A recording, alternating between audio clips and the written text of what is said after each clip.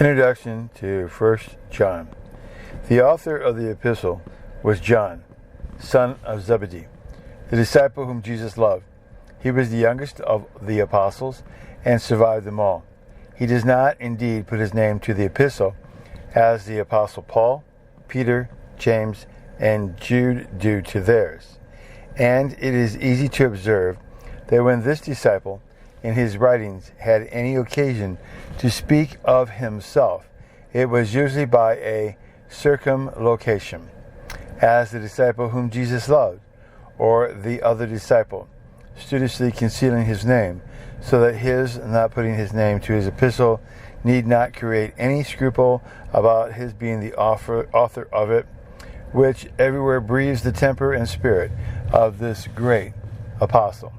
And whoever compares this epistle and the gospel written by him together will easily conclude it to be his, both from the style and the subject matter of it.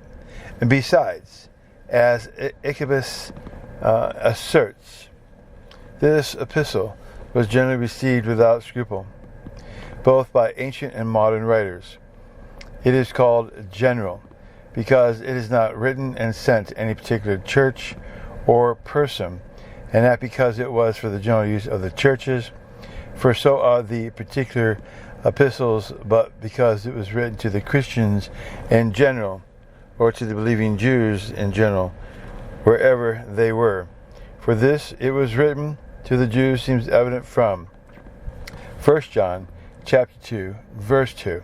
It was called by some of the ancients the epistle of John to the Parthians, by whom must be meant not the natives of Parthia, but the Jews professing to believe in Christ, who dealt in that empire.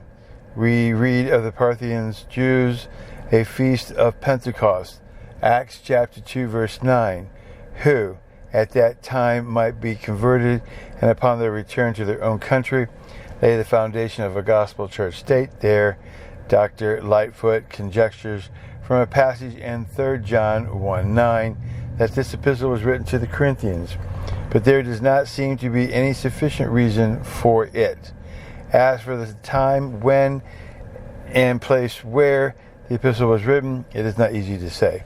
Some think it was written at Patmos, where the apostle was banished in the reign of Domitian, and where he wrote the book of the Revelations. See Revelations chapter 1, verse 9.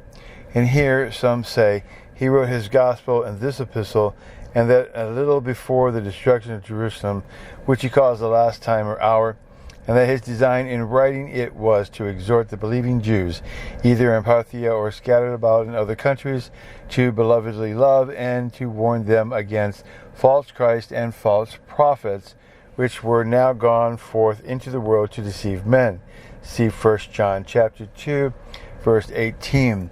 Others think that it was written by him when a very old man, after his return from his exile in Ephesus, where he resides during his life and where he died and was buried. It was called his first epistle generally, not that it was his first general epistle, for the other two are written to particular persons, but is the first he wrote, and which is general.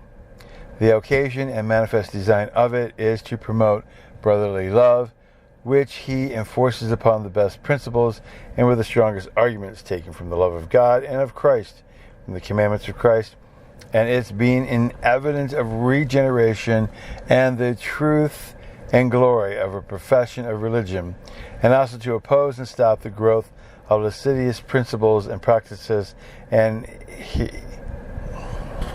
doctrines. The lascivious principles and practices he condemns are these, that believers had no sin in them, or need not be concerned about it, nor about their outward conversation, so be they had but knowledge, and these men boasted of their communion with God, notwithstanding their impieties, and which were the sentiments and practices of the Nicolaitans and Gnostics and the Cretans. The heresies he sets himself against and refutes are such as regard the doctrine of the Trinity and the person and the office of Christ.